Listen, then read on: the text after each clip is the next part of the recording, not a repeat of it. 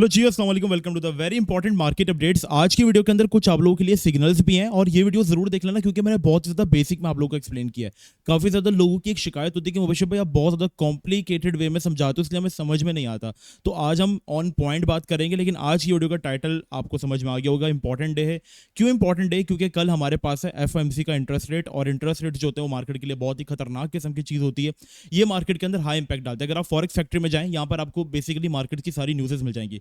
अब यहाँ पर आप ये फोल्डर्स देख रहे हैं, ये बताते हैं इंपैक्ट। ये जितना ज्यादा रेड होगा ना, इट मींस कि ये हाई इंपैक्ट न्यूज़ है। इसी तरीके से एम्प्लॉयमेंट चेंज वाली न्यूज़ जो होती है वो भी बहुत ज्यादा हाई इंपैक्ट न्यूज़ है। बट यहाँ पर हमें जो न्यूज़ेस देखनी है वो यूएसडी की न्यूज़ेस देखनी है। यूएसडी की न्यूज़ेस क्यों देखनी है? क्योंकि अमेरिका की जितनी भी न्यूज़ेस होंगी वो ओवरऑल मार्केट्स के अंदर जो है वो अपने इंपैक्ट डालती हैं। फिर चाहे वो क्रिप्टो मार्केट हो, स्टॉक मार्केट हो, कमोडिटीज मार्केट हो, हर तरीके की फाइनेंशियल मार्केट के अंदर इसका इंपैक्ट आता है क्योंकि दुनिया की सबसे बड़ी इकोनॉमी है। ठीक है, तो कल यहाँ पर हमारे पास पाकिस्तानी टाइम के मुताबिक 11 बजे यूएस के इंटरेस्ट रेट्स आने हैं, जिसकी वजह से मार्केट जो है वो काफ़ी वॉलेटाइल हो रही है। और अभी जितना भी बंदा है, जितना भी रिटेलर कह लो या जितना भी इन्वेस्टर कह लो, वो मार्केट से दूर है, वो सब इस इंटरेस्ट रेट के आने का वेट कर रहे हैं। और इसके बाद फिर मार्केट के अंदर जो है वो कोई बड़ी मूव जो है वो आती है। इवन हम भी अभी कोई ट्रेड नहीं कर रहे। यही रीज़न है कि हम लोग इंटरेस्ट रेट्स के जो है वो आने का जो है वो यहाँ पर वेट कर रहे हैं। फंडामेंटल न्यूज़ तो आपको समझ में आ गई होगी। आज की वीडियो स्टार्ट करने से पहले मैं कहूँगा यार, 400 लाइक का एम है, सारे अचीव करा दो, सारे लाइक कर दो। 100 के हम काफ़ी ज़्यादा करीब हैं, तो सारे जल्दी से जो है ना वो सब्सक्राइब भी कर दो। अब हम स्टार्ट करते हैं अपना टॉपिक और अब हम चलते हैं अपने टेक्निकल्स की तरफ। राइट, अच्छा, बीटीसी की अगर हम लोग एक लोकल सपोर्ट जोन के बारे में बात करें ना, जो कि हमने लास्ट वीडियो के अंदर भी कवर की थी, जब बीटीसी इसी रीजन में था, फिर ये बाउंस करके फेक आउट करके, बट हमने यही देखा कि ऑल्ट कॉइन्स में कोई भी इंपैक्ट नहीं आया। और अगर आप जाकर दोबारा से ऑल्ट कॉइन्स को भी देख लोगे तो सारे के सारे जो है वो गिरना स्टार्ट हो गए, मतलब लाइक उसी पॉइंट पर जो है वो पड़े हुए। लाइक अगर हमने देखा भी तो ऑल्ट कॉइन्स जो है वो पंप भी नहीं हुए इतना खास और गिर भी गए 10-10%।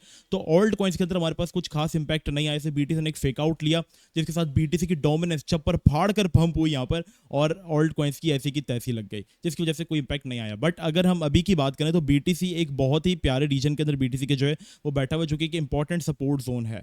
बट ये सपोर्ट जोन तो ठीक है, बट लेकिन जो मेरा सपोर्ट जोन बनेगा अगर वो कहीं पे भी बनता है तो दैट इज अराउंड $92,000 वाला रीजन। उस वो क्यों? क्योंकि वो भी मैं अभी आपको जो है एग्जांपल एक्सप्लेन कर देता हूँ। अच्छा, पहले हम बात कर लेते हैं ये जो इंटरेस्ट रेट्स हमारे पास कल आ रहे हैं ना, इसके क्या इंपैक्ट आएंगे। देखो, अभी जो हमारे पास करंट इंटरेस्ट रेट्स चल रहे हैं दैट इज 4.50%। राइट, मतलब अगर कोई अमेरिका से सूद लेता है, कोई भी काम करने के लिए सूद उठाता है, तो उसको 4.5% इंटरेस्ट देना पड़ेगा। और जितना इंटरेस्ट रेट कम होगा इकोनॉमी उतनी अच्छी होगी, और जितनी अच्छी इकोनॉमी अच्छी होगी मार्केट्स के अंदर उतना पैसा हमारे पास जो है वो आएगा। ठीक है, तो यहां पर ये सीन है। तो अब यहाँ पर क्या है, 4.50% जो है वो चल रहे हैं और फोरकास्ट भी 4.50% के, मींस ये अनचेंज्ड रहेंगे। बट अगर कल ये लोग कम कर देते, जैसे 4.25 कर देते हैं, क्योंकि ट्रम्प की भी बहुत कोशिश है कि इंटरेस्ट रेट किसी तरीके से कम हो जाए, और बहुत ज़्यादा वो फोर्स कर रहा है यहाँ पर पॉल को। पॉल कौन है? यूएस के फाइनेंस मिनिस्टर। ठीक है, जो कि यहाँ पर चीज़ों को कंट्रोल करते हैं, मतलब चीज़ों के ऊपर नज़र वगैरह रखना, फाइनेंस के ऊपर नज़र रखना, ये उनकी जिम्मेदारी है। ठीक है, तो यहाँ पर अगर इंटरेस्ट रेट हमें कम देखने को मिलता है तो ये मार्केट के लिए काफ़ी ज़्यादा अच्छी न्यूज़ होगी, बीटीसी यहीं से बाउंस कर जाएगा। बट अगर हमें इंटरेस्ट रेट्स 4.50 से ज़्यादा देखने को मिलता है तो ये बहुत ही वर्स्ट न्यूज़ होगी, और मे बी पॉसिबल बीटीसी 86-85 के तक भी क्रैश कर जाए। बट इस चीज़ का सिनेरियो काफ़ी कम है, क्योंकि जो ज़्यादातर चांसेस हैं वो हमारे पास जो आ सकते हैं ना, that is 4.50% means unchanged. Right, अब थोड़ा सा हम चलते हैं कि हम इस सपोर्ट को इतना स्ट्रॉन्ग क्यों नहीं कंसिडर कर रहे हैं। हमें जो चीज़ अभी देखनी पड़ेगी दैट इज हमारे पास यूएसडीटी की dominance. What is the USDT की डोमिनेंस? मुबशर भाई सिग्नल की तरफ भी आते हैं, लेकिन व्हाट इज द यूएसडीटी की डोमिनेंस? काफ़ी लोगों को पता है, जिनको नहीं पता उनको मैं एक्सप्लेन कर देता हूँ।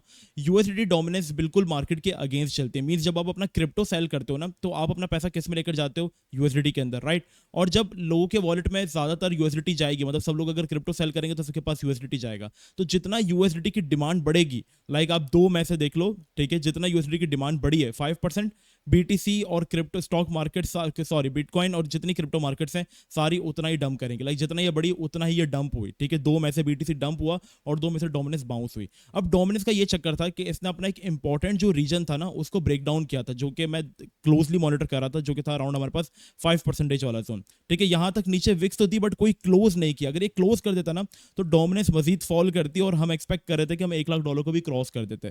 ठीक है, क्योंकि डोमिनेंस गिरती, बीटीसी के लोग पैसा शिफ्ट करते क्रिप्टो में अपना।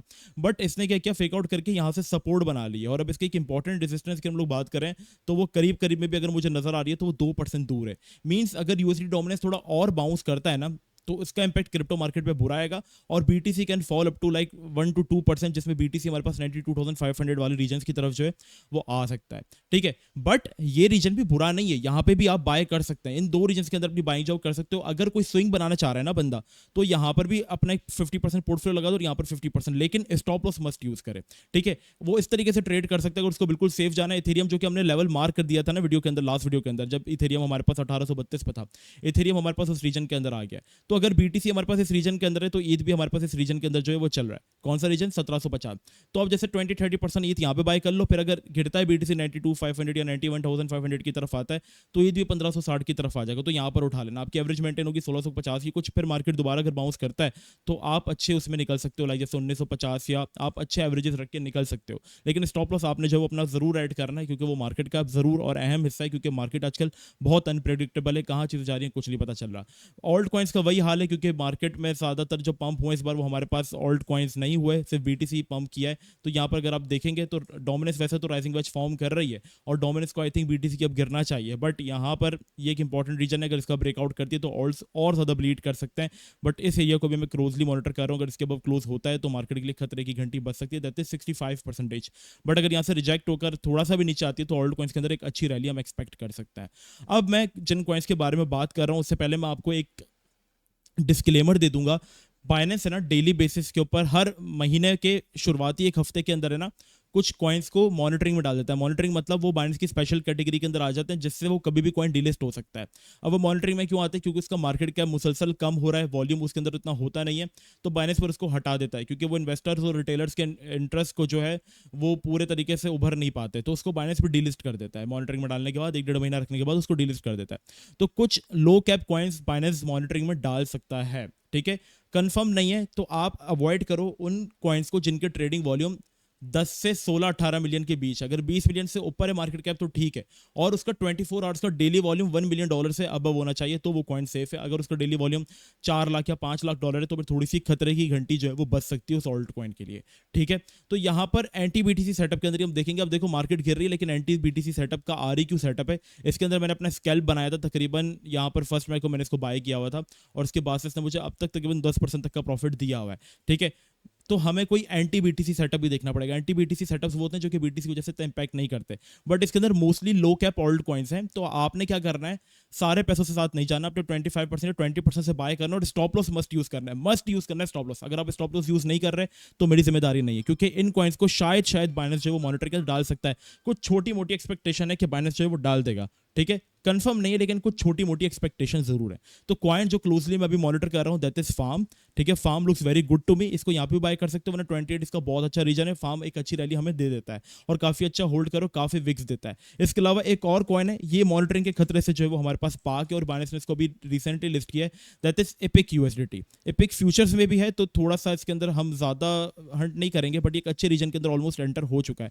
और एपिक को अगर आप देखोगे तो ये almost on a daily basis जो है वो विक्स दे रहा है 10-10% की, ठीक है। तो ये तो कॉइन्स जो वो मेरी नजर में, एपिक अगर इस रीजन के अंदर मुझे मिलता है तो बहुत अच्छी चीज है एपिक, क्योंकि 30% तक की विक देता है, वरना रैंडमली भी जो है ना ये विक्स बहुत प्यारी दे रहा है, ठीक है, लाइक 14% 15% की। तो ये फार्म और एपिक, ये दो प्रोजेक्ट्स मेरी नजर में, एपिक का जो रीजन है 1.25 से लेकर 1.23 है, तो यहां पर मैं एपिक को थोड़ा सा जो है वो ऐड करूंगा, और फार्म, ये दो प्रोजेक्ट्स जो है वो मेरी अभी खुसूसन लिस्ट में रहने वाले हैं। बट कल काफी इंपॉर्टेंट डे, कल हम इंशाल्लाह लाइव सेशन भी कंडक्ट करेंगे, और व्हाट्सएप चैनल ज्वाइन कर लो ताकि कोई भी न्यूज होती है, कोई भी अपडेट होती है वो मैं आपको पहले से बता दूं। मिलते हैं नेक्स्ट वीडियो में, अपना बहुत ही ज्यादा ख्याल रखना, जब तक के लिए आप सबको अस्सलाम वालेकुम व रहमतुल्लाह।